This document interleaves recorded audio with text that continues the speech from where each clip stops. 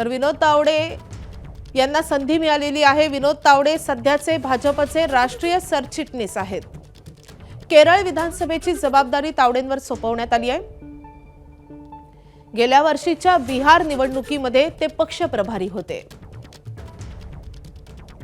राष्ट्रीय स्तरावर पक्षाची ध्येय धोरणं पोहोचवणं आणि विविध राज्यातील संघटनात्मक कामांचं नियोजन हे विनोद तावडेंकडे कायमच असतं। तर रामभाऊ म्हाळगी संस्थेच्या संचालक मंडळावरही ते आहेत। कार्यकर्त्यांना ते कायमच राजकीय नेतृत्वाचे धडे देत आहेत।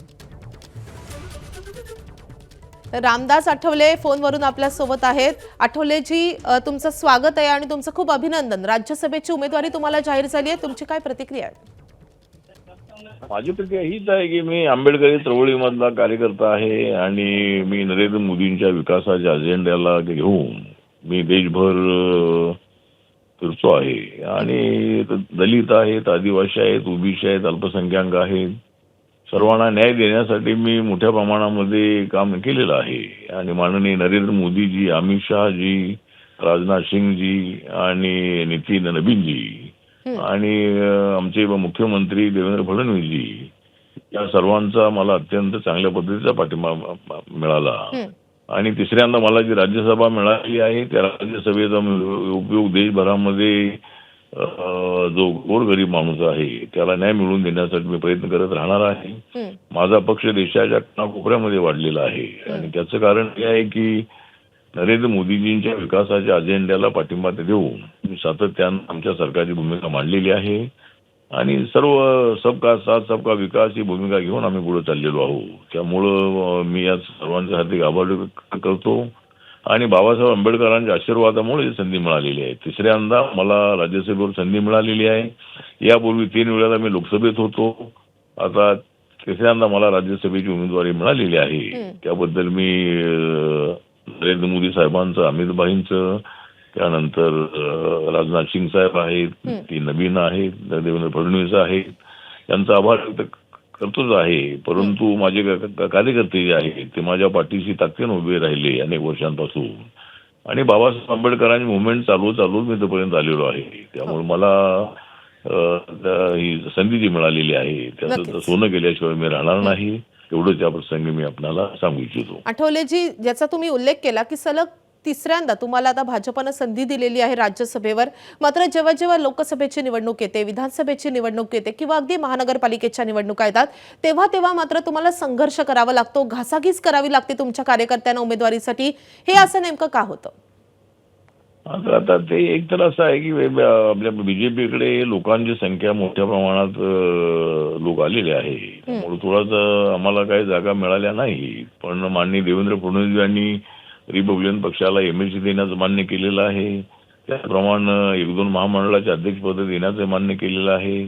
काही महामंडळ आहे, जिल्ह्यात तालुक्याच्या कमिटी आहेत, ऑप्शन आहे, हे सगळं देण्याच्या संबंधामध्ये ते निर्णय घेणार आहेत। आणि नक्कीच काय अडचणीमुळे आम्हाला माननीय एकनाथ शिंदे साहेब आहेत, अजितदादा पवार यांचा राष्ट्रवादी काँग्रेस यांच्यासोबत आहे, त्यामुळे या लोकल बॉडीजमध्ये काय आम्हाला तेवढ्या जागा मिळाल्या नाही। पण अनेक ठिकाणी आमचे 20-25 पेक्षा जास्त नगरसेवक जे आहेत ते अनेक महानगरपालिकेमध्ये निवडून आलेले आहेत। कमळाच्या सिम्बॉलवर, त्यानंतर आपल्या धनुष्यबाणाच्या सिम्बॉलवर, त्या आपल्या अजितदादांच्या सिम्बॉलवरती निवडून आलेले आहेत। पुढे माझा प्रयत्न हाच राहणार आहे की रिपब्लिकन पक्ष हा देशाच्या सर्व राज्यामध्ये आहे आणि पुढच्या 5 वर्षांमध्ये रिपब्लिकन पक्ष राष्ट्रीय पक्ष म्हणून त्याला मान्यता मिळवून देण्याचा माझा प्रयत्न राहणार आहे। माझा पक्ष जो आहे हा सध्या नागालँडमध्ये माझ्या पक्षाचे 2 आमदार आहेत, मणिपूरमध्ये माझा पक्ष रेकग्नाइज आहे, गन्ना किसानी सिम्बॉल माझ्या पक्षाला मिळालेला आहे। अजून 2 राज्यामध्ये जर मला 60% मत मिळाली माझ्या पक्षाला तर माझा पक्ष 5वा पक्ष राष्ट्रीय पक्ष म्हणून उभा राहील आणि मला राज्यसभेची उमेदवारी मिळाल्यामुळं देशभर मी फिरत राहणार आहे, माझा पक्ष वाढवणार आहे, मोदींचा अजेंडा मी लोकांसमोर ठेवणार आहे, गोरगरिबांचे प्रश्न मी सोडवणार आहे आणि यासाठी नक्कीच आपल्या सगळ्यांचा मला आशीर्वाद आहे आणि म्हणून मला ही संधी मिळालेली आहे। त्याचं मी त्या संधी चांगल्या पद्धतीने मी चांगलं काम करेन असा मला विश्वास आहे। धन्यवाद आठवलेजी तुमच्या या सविस्तर प्रतिक्रियेसाठी आणि आमच्यापर्यंत भावना व्यक्त केल्याबद्दल। तर माया इवनाते, रामराव वडकुते यांनाही भाजपनं उमेदवारी दिलेली आहे. रामदास आठवले आणि विनोद तावडे ही देखील अपेक्षित नावं या यादीमध्ये दिसत आहेत. तर रामराव वडकुते यांचा परिचय आपण जाणून घेऊयात. राम वडकुते हे हिंगोली लोकसभा निवडणूक प्रमुख राहिले आहेत.